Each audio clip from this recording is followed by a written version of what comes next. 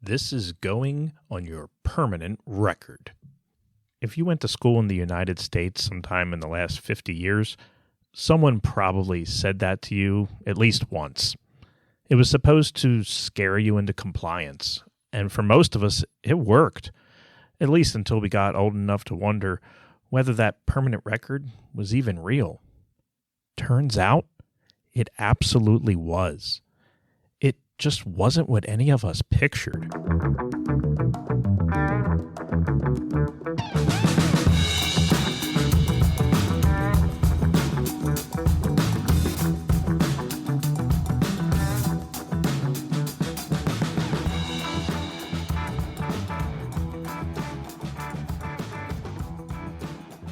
A parent calls the front office and makes what seems like a simple request. I'd like a copy of everything the school has on my child. Pause for a second and think about what that request actually involves. There's the cumulative folder, sure, transcripts, report cards, maybe some disciplinary records. That's the part schools know how to produce. Then there's everything else. 3 years of assignment submissions in the LMS, login timestamps, behavioral notes entered by 6 different teachers across 2 platforms, reading level scores from an adaptive software program that's hosted on a server in another state, a counselor's case notes in a system that the school pays for monthly but doesn't directly administer, attendance data synced to a third-party app. Every email the students sent through their school Google or Microsoft account since 6th grade, browsing history and app usage logs from the school-issued laptop that IT can pull but nobody ever really looks at, and 72 photos of the student on the school's Instagram account posted over 4 years that nobody thought to count as part of that student's record. The parent wants the file. The school doesn't have a file. It has fragments scattered across a dozen systems governed by a patchwork of agreements nobody in the building has read since they were signed. The permanent record is real. It's just that nobody can find it, or all of it. I'm John D'Adamo, and this is The School Doctor, a podcast where we diagnose the health of K-12 education and prescribe solutions so it can grow and thrive. Today, we're reviewing the data schools collect about students, who controls it, where it lives, and what happens to it when nobody's watching. Let's make our rounds. Schools have always kept records. That's not new. The cumulative folder has been a fixture of American education for the better part of a century. Maybe it's a manila envelope that followed the student from school to school, containing report cards, standardized test scores, maybe a note from a 2nd grade teacher about reading difficulties. It was physical, it was finite, and when a student graduated, someone could hold the entire thing right in your hands. What changed wasn't one decision. Nobody sat down and said, let's start collecting orders of magnitude more data on every student. It happened as a side effect of adopting platforms. When a school moved from paper grade books to an online grading system, it gained a grade book and also started generating login data, timestamp data, assignment submission metadata, revision histories. When a school adopted an adaptive math program, it got a math intervention tool, and it also started feeding student performance data into a vendor's algorithm. When the school set up an Instagram account to tell our story, it started building a public, searchable, and permanent visual record of its students, often minors. Each of those decisions made sense on its own terms. Nobody was being reckless. Nobody was intentionally doing anything wrong. The potential problem here is that if you don't think about the aggregate, about what it means when a school holds academic records, behavioral records, health records, digital activity logs, possibly biometric data from devices, and a curated public image library of every enrolled student all at once, with no unified policy governing how long any of it is kept or who gets to see it. Schools are collecting more data about students than any generation of schools in history. And they have less coherent policy about the data than any generation that came before, with everything kept in a filing cabinet. So let's open up that digital chart and look at what's actually accumulating. First, there's an academic and behavioral layer. This is the data schools think about when they might first think about student records today. Grades, test scores, attendance, disciplinary incidents, maybe IEP and 504 documentation. Historically, this lived in one place and one format. Now, with multiple platforms, to track down your data, you need to navigate multiple different forms of architecture, retention defaults, and terms of service. If you're using multiple systems for each different area of student life, you have to export each one differently and know whether or not that system deletes it from its own internal system. Most schools I've encountered through accreditation work have no written data retention policy that accounts for all of these situations. They often have policies for the cumulative folder because accreditors and state law requires it. They don't always have policies for what happens to 3 years of LMS data when a student transfers, or how long a digital behavioral note in a third-party platform should persist after the incident it describes has been resolved. And that's just the systems that schools think about right away. Underneath the institutional platforms, there's a whole other layer of third-party tools that individual teachers adopt all the time on their own for classroom use. Duolingo for language practice, IXL for math drills, Kahoot for review games, Quizlet, Padlet, Nearpod, dozens of others. A teacher finds a tool that works, creates a free account, enters in student names, and starts generating performance data. That data now lives on a third-party server under the teacher's personal login, governed by whatever terms of service the teacher clicked through without reading. In most schools, nobody in the administration has access to these accounts. Nobody maintains an inventory of them, and nobody reviews the privacy policies. And if the teacher leaves the school, those accounts and the student data inside them don't come along with her resignation letter. They sit on someone's personal Duolingo dashboard indefinitely, containing the names and performance records of students who may have graduated years ago. The school can't retrieve that data, they can't audit it, and in many cases might not even know it exists. This is student data that the institution may be responsible for, but they've never actually controlled. Collected in the name of good instruction by teachers who were just trying to find something that worked. Nobody's necessarily at fault here, but it is a situation worth addressing. Let's look at the social media and marketing layer. This is one schools would almost never frame as a data issue, and yet it might be the most consequential one. When a school posts a photo of students at a science fair on Instagram, or features a student in an admissions video, or tags a student athlete in a game recap on Facebook, the school is constructing a public digital identity for what's usually a minor. The student didn't choose the photo. The student didn't write the caption. The student probably didn't even know if it was posted. And that content doesn't just stay up. Instagram posts are indexed by Google and search engines. Facebook albums are discoverable by name search. A college admissions officer researching an applicant, or a future employer running a background check, or a stranger with no business looking. Any of them can find the school's posts about a student from middle school years after the student graduated, because no one at the school ever goes back and removes them. The consent structure for this is typically a blanket photo and media release form that's signed during enrollment, often on the same day parents are signing 30 other forms.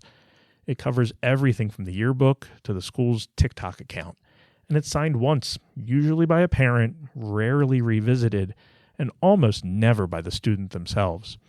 A 14-year-old has more control over their own Instagram profile than over the one their school is building for them.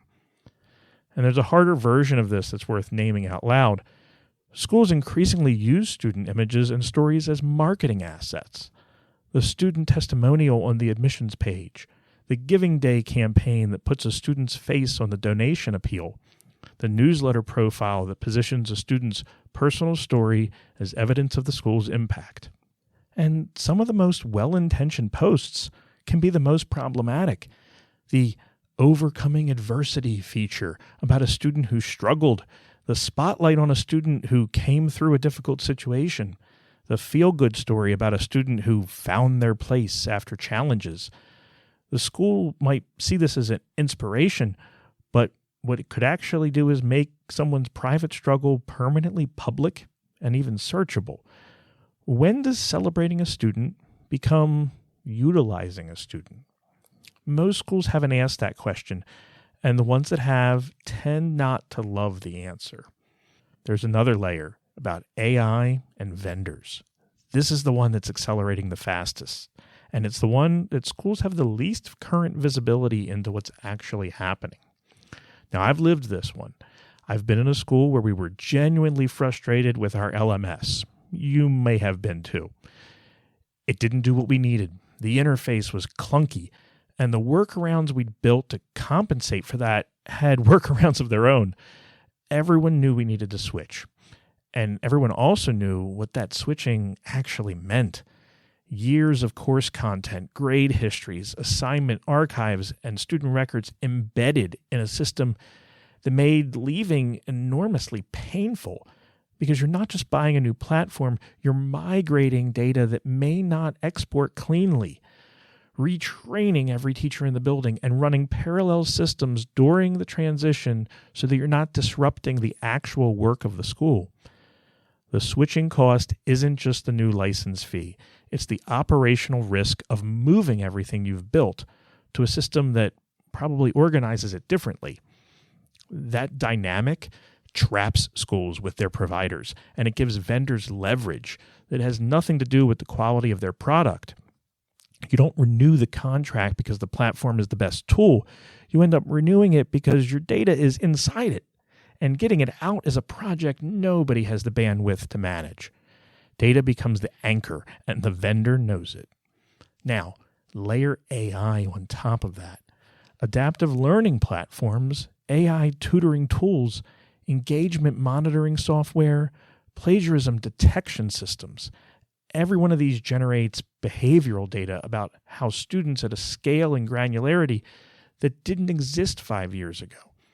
How long a student pauses before answering a question, what time of day they log in, how many times they revise a draft, whether their typing patterns suggest that they're engaged or distracted. Some platforms are experimenting with emotion detection through facial recognition. And each of these tools creates the same lock-in dynamic, except the data is now even more granular, more behavioral, and more valuable to the vendor's algorithm development. The critical question most schools aren't asking is what happens to that data after it's generated? Does the vendor retain it? Can the vendor use it to train models? If the school ends the contract, does the data come back, or does it stay on the vendor's servers? In my experience evaluating LMS platforms, the answers to these questions are buried in terms of service contracts and documents that run 40 or 50 pages, and the person who signed the contract usually isn't the person who would know to ask those questions. Let's look at the security layer. All of this data accumulation has a consequence that most school leaders haven't fully reckoned with. It makes you a target.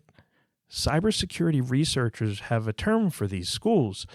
They call them target-rich, cyber-poor, meaning institutions that hold enormous volumes of sensitive data but lack the resources and infrastructure to protect it.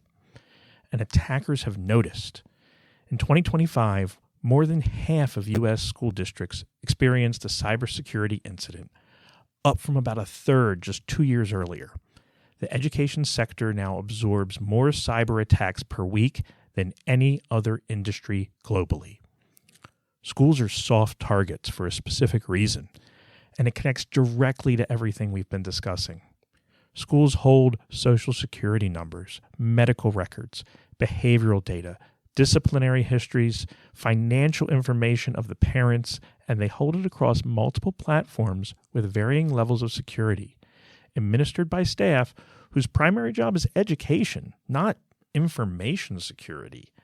Phishing attacks, where someone impersonates a trusted sender to steal login credentials, are the most common entry point, and they work because school employees are busy and the emails are increasingly sophisticated. Meanwhile, the training to spot them is often an afterthought. I can tell you what this looks like in practice because it happens to me almost daily. I get phishing emails constantly, and they look sometimes like they're from someone that I know, maybe my business manager, and they're often urgent. We need to transfer funds to pay a vendor, or we need to update payment information for a service, or there's an invoice that needs immediate approval. Please click here so that you can see that document. The formatting is clean. The tone is right. The email address even looks accurate. If I'm moving fast between meetings and not looking carefully, every one of those has a chance to get through. Multiply that by every administrator, teacher, staff member with any level of access to a system that contains student data, and you start to see the scale of the problem. It only takes one click. The vendor dimension compounds the risk in two different directions. From the outside, when a single ed tech company gets breached, the damage cascades across every school that uses the platform. The PowerSchool breach in late 2024 is the clearest example. One compromised credential at one vendor exposed sensitive data on more than 60 million students across thousands of districts. Vendor-related incidents have surged in recent years, and that trend is accelerating as schools concentrate more data in fewer platforms. Meanwhile, federal cybersecurity support for schools has been shrinking rather than growing, which means schools are absorbing more risk with fewer resources to manage it. From the inside, though, the threat can come from the platform itself. PowerSchool is facing a separate $17.25 million class action settlement over its Naviance platform, the college and career planning tool that thousands of high schools require students to use. The lawsuit alleged that while students were logging in to research colleges and fill out career surveys and message their guidance counselors, the platform was quietly transmitting their activity and communications to a third-party analytics firm. Students were doing their homework, and the tool was surveilling them. The schools that mandated Naviance didn't know it was happening. The families whose children used it didn't know. And PowerSchool had signed the Student Privacy Pledge, an industry commitment promising not to collect or share student data beyond what was needed for educational purposes. Over 10 million students may have been affected. That's not a breach from the outside. That's the system working exactly as the vendor designed it, just not as the schools or families understood it. The connection here is straightforward. Every piece of data a school collects is a piece of data that can be stolen, misused, or quietly monetized. Every platform that stores student records is an attack surface and potentially a business model. The more data you accumulate without a governance strategy, the more you're exposed, and the consequences fall on the students and families whose information you're holding. FERPA, the federal law that governs student education records, was written in 1974, well before any of this existed. FERPA gives parents the right to access their child's education records and limits disclosure without consent. Another law, COMPA, adds protections for children under 13 in online environments. Several states have passed their own student data privacy laws in recent years. The regulatory scaffolding exists, in other words, but it was built mostly for paper records and institutional filing systems. It maps poorly onto a world where student data lives on vendor servers, gets processed by algorithms, and persists indefinitely unless someone affirmatively decides to delete it. Schools that are technically in compliance with FERPA can still be handling student data in ways that would alarm the families whose children generated it. Let's move to the ownership and agency layer. We can converge on a question that most schools almost never ask out loud. Does the student have any say in this? You know, in medicine, patients have a right to their medical records. They can request them, review them, correct errors, and in many cases decide what gets shared and with whom. In education, students generate data continuously across multiple platforms that they're often required to use. Meanwhile, they have almost no access to, visibility into, or control over the resulting profile. A student can't log into the school's LMS and say, delete my activity data from last year. A student can't ask the adaptive math platform what behavioral inferences it's drawn from their usage patterns. A student can't request that the school remove their image from a 3-year-old Instagram post that they never consented to. That's student agency in practice, or lack of it, and it connects to everything we've been talking about. A couple episodes ago, we talked about how schools jumped to AI policy without asking students what they thought. In the last episode, we talked about how institutional trust erodes when people feel like things are being done to them rather than with them. Student data is that same pattern at a structural level. The school collects, stores, shares, and markets a student's information within its digital architecture.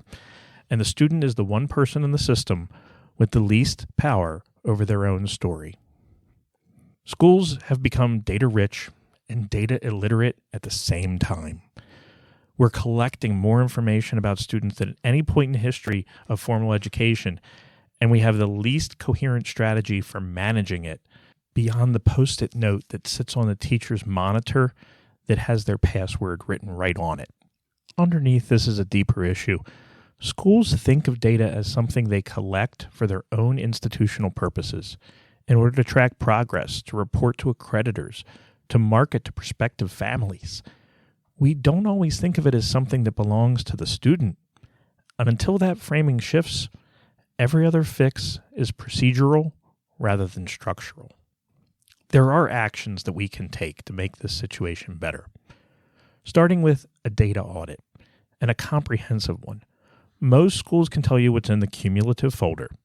Very few can tell you every system that stores the data, what each system retains, for how long, and what happens to it after the contract ends. That audit is a starting point, and it needs to include the platforms nobody thinks of right away as data repositories, including social media, email, photo libraries, and video content stored in admissions and development offices.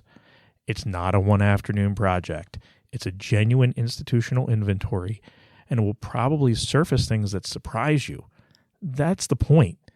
You can't govern what you can't see. Next, you need to write a data retention policy that covers the full landscape.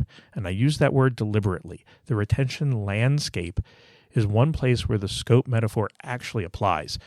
The policy should specify for each category of data how long it's kept, when it's reviewed, by whom, and when it's deleted. Academic transcripts have clear retention requirements. An LMS activity log from 3 years ago doesn't need to exist forever, and in most cases, nobody's made a decision about whether it should or not. Default to deletion with documented exceptions rather than default to retention with no policy at all. Next, renegotiate social media consent as an ongoing relationship, not a one-time signature. The enrollment day blanket release is not informed consent in any meaningful way. A better model would be an annual review of what the school has posted with the option to opt out of specific categories: social media, admissions materials, development campaigns. For students old enough to have their own preferences, and I'd argue that starts younger than most schools assume, the student's consent should be part of the process. If a student doesn't want their image on the school's Instagram, that preference deserves to be honored, even if the parent signed a release 4 years ago, or even this year. Next, read your vendor contracts, specifically the data provisions. Who owns the data students generate on the platform? Can the vendor retain it after the contract is over? Can the vendor use it for product development, algorithm training, or sale to third parties? If you can't answer those questions for every platform your students use, you have a governance gap, and it's one that matters more with every AI-enabled tool you adopt. Here's a question most schools never think to ask. What happens to your students' data if the vendor gets acquired by another company? EdTech companies get bought and sold constantly, and an acquisition can change the terms under which student data is held, used, and shared. The privacy policy you agreed to with Company A may not survive the sale to Company B, and in many contracts there's no obligation to notify schools when ownership changes hands. That's worth searching for in the fine print. When you're evaluating new platforms, data portability and deletion provisions should be selection criteria, not afterthoughts buried in procurement. Ask the vendor directly. If we leave you in 3 years, what do we get back, in what format, and on what timeline?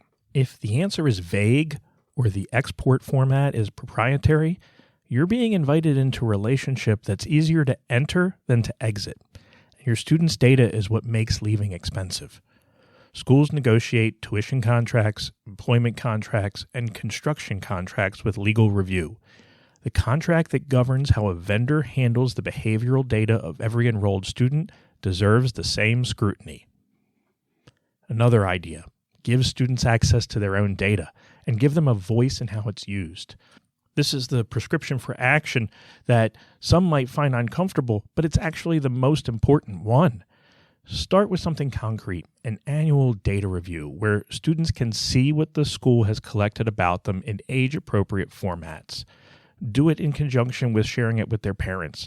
For older students, that includes their digital activity data, not just their grades. For all students, for all families, it includes knowing what photos and content the school has published featuring them. The medical model is instructive here. Patients aren't data subjects, they're partners in managing their own information.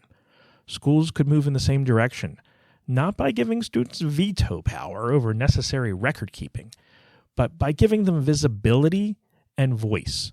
A student who knows what data exists about them and understands how it's used is a student who has been treated as a person rather than a data source. That's a trust signal that echoes everything we've been diagnosing this season. So in the week ahead, try one thing.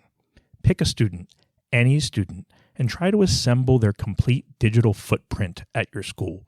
Every system, every platform, every social media post they appear in. See how long it takes you and how many systems you have to check. If you're a teacher, ask yourself how many platforms you enter student data into during a typical week. Count them. The number is probably higher than you think. And for each one, ask yourself, do I know what happens to this data after I enter it? If you're an administrator, pull up your school's social media accounts and scroll back 2 years. Look at the students featured in those posts. How many have graduated? How many have left the school? Are their images still there? Count how many were tagged or named in captions. Check whether any of those posts or the comments underneath them identify a student or something private about them, even obliquely. The feature that felt like a celebration when it was posted may look very different to the student it describes 5 years from now. Did anyone ask whether those posts should still be public? Did anyone ask the student? If you're a parent, request your child's education records from their school, not just the report card, the full record. See what arrives and pay attention to what doesn't. The sign to monitor. Can your school produce a complete, coherent account of what data it holds on any given student across all platforms within a reasonable time frame? If not, you're collecting data you can't govern, and the gap between that collection and governance is all about risk. We used to use the permanent record as a compliance threat, and the kids used to half believe it. The irony is that the permanent record is more real and more permanent than it ever was when it was just a manila folder in a filing cabinet.